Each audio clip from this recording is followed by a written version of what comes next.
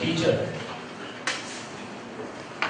It was a wonderful presentation by Transcription and organization Learning and Raj. This is about taking a step back and saying that we need to learn entrepreneurship, we need to nurture entrepreneurial mind.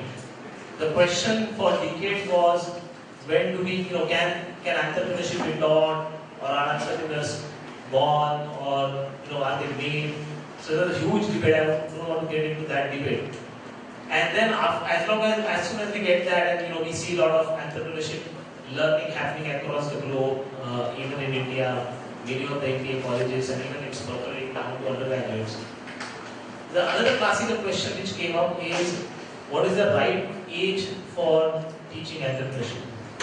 And probably we are the first one to break this myth in a structured manner and do that in India, is teaching entrepreneurial life skills at a high school level.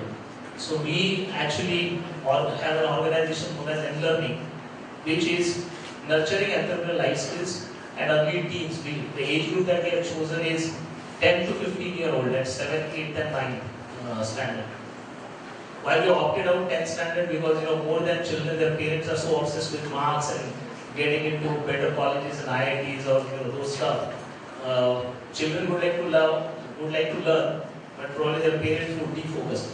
But 7th, 8th and 9th, research shows that this age is extremely important for them to nurture certain life skills.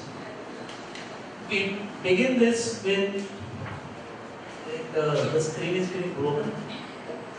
After that, the entire entrepreneurship genes have got disturbed, and that has basic roots in the education system of India. So I wouldn't go even at the MBA level, even not at the undergrad level, but even at the basic schooling level, there is a huge amount of dent or a fracture that has happened in terms of this entrepreneurship grain.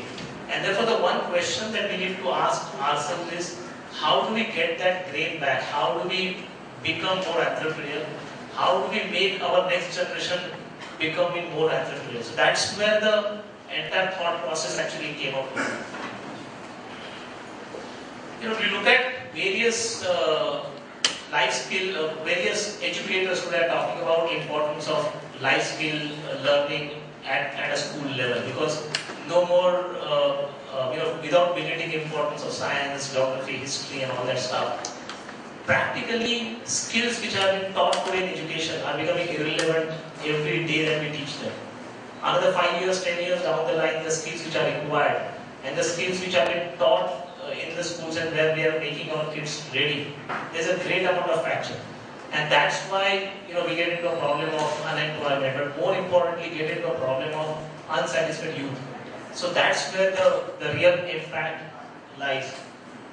And on this background, if you look at children on the other hand, the research shows that this particular age, that's 7, 8, 9 or 10 year to 15 year, is the right age for kids to build their competencies, their habits, their belief, their thinking. So that is where one can make an impact. Educators on the other hand, thankfully, not only the private educators, but even normal government school, and I'll talk about our interaction with government schools in a minute. But even they are realizing the importance of having something different taught at the school level besides the normal curriculum. Parents on the other hand, irrespective of the class, if you talk to parents, and this is backed by research again, they would like to spend maximum amount of time, effort and attention in terms of their child education. That becomes their priority. And they are realizing the importance that मेरा बच्चा कुछ अलग कर सकता है, can he do something better, can he do something different? So that is something which is catching the eyes of people.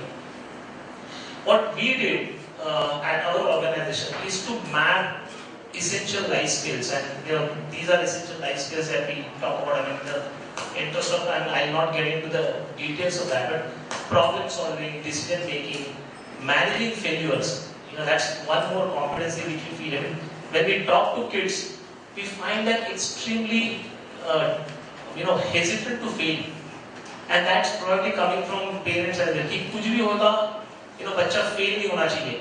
So let's say I and he, both of us are going to compete for a race, and I know that he is going to be better in that race. He runs faster than me.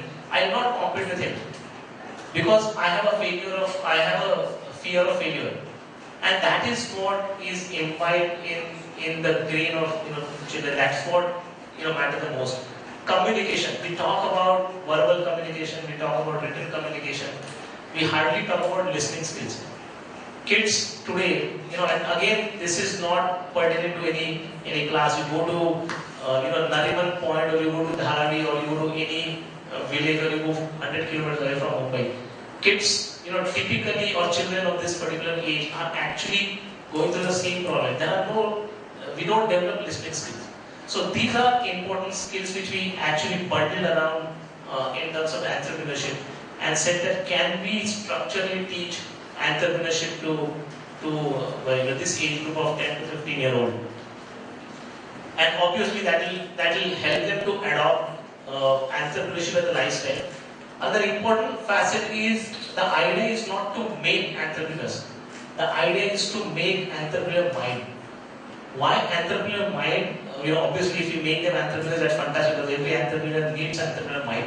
But even if you want to become a good doctor, or an engineer, or a lawyer, or a guitarist, or somebody in arts, or play tabla, whatever, you need entrepreneur mind to be successful.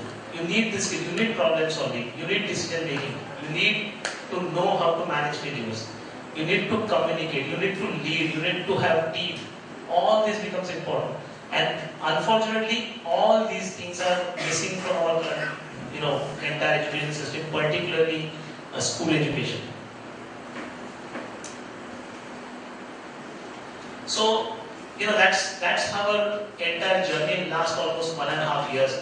We first looked at how do we build, the learning content for entrepreneurship. And when we looked at this content, this is not, making kiddish or, bringing the level of content down. It's basically not dumbing down the content, but it's basically keeping the content and look at how we can use various techniques of teaching them.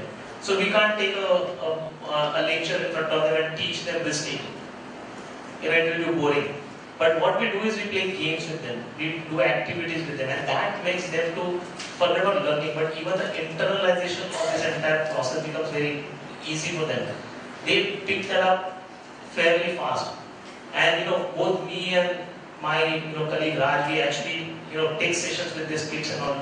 And more than me, probably Raj has done a lot of workshops or learning in terms of entrepreneurship education across the country at almost all levels. But the kind of response that we get at this level, the kind of engagement that we get at this level from kids is amazing. It's unparalleled. And the way they understand concepts, the way they understand, that's a classic example. When we run a small workshop saying that, why Dhoni is just retired, so Dhoni के पास बहुत पैसा है, and Dhoni wants to invest 100 crores in business activity. So you come up with business idea. And back to back in 2 weeks, we did a workshop in one MBA college. I won't name that. And then we did it in one school in Malad, and there was 8 standard kids, 7 standard kids. When we did it with MBA school, we got about 17 ideas. Where Dhoni should be. Where primarily there was sports academy, cricket ground, sportswear, hotel, and all that stuff. When we did it with kids, we got 87 ideas. This is the power of unadulterated knowledge or the energy, and that's what makes us more driven in terms of to the cause. So it all started with a very small pilot that we did. We did a pilot. We actually made them run a cafe on the road. We made them sell. We asked them to interact with parents and with their friends, their customers, and all. And they actually made some money. And 21,000 rupees was lots of money for them. But they made some money, and it actually made them fairly proud. We then picked up a school. And frankly, when we did a pilot, it was still at an affluent level. So we then looked at a school This particular school is closer to Dharavi, and it has almost 50-60% of the intake from lower middle class. I don't belittle Dharavi, but these kids are actually coming from middle or lower middle class background. And some of the work that they do in this workshop and in this class, and this is the second year that we are teaching these kids of 7th standard. Some of the work that they do, for example, when I was telling them products, and I was telling them toothpaste is a product, toothbrush is a product, pen is a product, is human being a product? So everybody said no. And the one tiny, less than a 4 feet guy actually stood up and asked a question. Sir, but Virat Kohli, when he was bought by Royal Challengers, at that time he was a product. And actually I took 20 seconds to answer him, so what should I say? And a girl said that, you said air is not a product. But recently some relative was hospitalized, and at that time we bought an air cylinder, so that time air is a product. We give them innovation labs with them, and we gave them various examples, like mobile phone for that matter. Mobile phone is just a communication, and today you see camera, radio, music, and everything is there in mobile phone. So we give them various products. Take a pen, take a toothpaste, take a handbag, and innovate what are features that you can add. Kids come up, and I'm again talking about the school, that the background I told. 2 girls said that we'll have a handbag and we'll have a button to that. So if I press that button, the bag will change colors. So if I'm wearing a red kurta, it will be red. If I'm wearing a white kurta, it will be white. So I don't have to worry about matching. Now, look at the power of imagination that these kids have. When we give them a pen, they said we'll have a buzzer in the pen. So if I put that buzzer, SMS will go to my parents that I am in danger. So even in the case when I can't use my mobile phone, I can actually use a pen. So that's the kind of response, that's the kind of energy level we actually see in these kids. Once we actually completed this proof of concept, we thought that I think there is a great amount of proposition that we can actually take to a next level and make these children enterprising. So let them start thinking as an entrepreneur right from the age of 7, 8, and 9. Even if they don't do business, that's okay, but let them build that kind of a mind.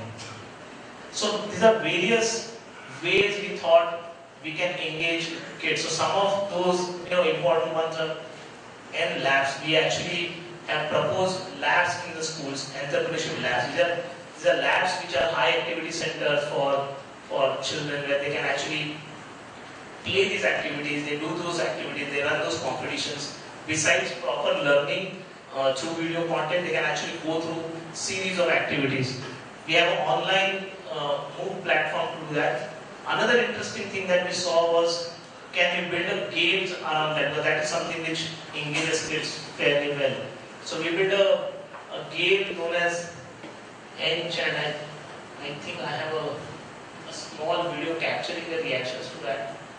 So this game is actually about, this has been built in-house by us, which is on the theme of restaurants. And there are 4, it's a food corner, and there are 4 restaurants, and you have to actually compete for customer. So you learn customer centricity, customer retention, getting customers. So that's about Enchant, the game that we spoke about. There is N Cafe, where we actually take live entrepreneurs to the schools, they interact with them, that helps them to have a touch and feel experience of entrepreneurship, make them as role model. Even 5 out of 50 guys actually make them as a role model. I think that's the success of the program. So then, relating this to the economy, everybody knows that Indian economy is actually on the road, be it demonetization or monetization, whatever. But at least we are looking at a bigger growth in economy. And obviously, everybody knows that entrepreneurs will make major amount of money for themselves as well as the society. If you look at India per se, there are about 84 million students in this age group of 10 to 15 year old. 84 million students going through formal schooling. There are probably equal or maybe 60% more students who are actually not even going to schools. But sheer if we concentrate on school-going children, there are about 84 million children going through 3.67 lakhs, 3,68,000 schools. And these are the guys who are going to be, of the age of about 20, 25 in 2026. So that's the point everybody is referring, that 10 years down the line, these are the guys who are going to lead India, Indian economy, every business, every opportunity that is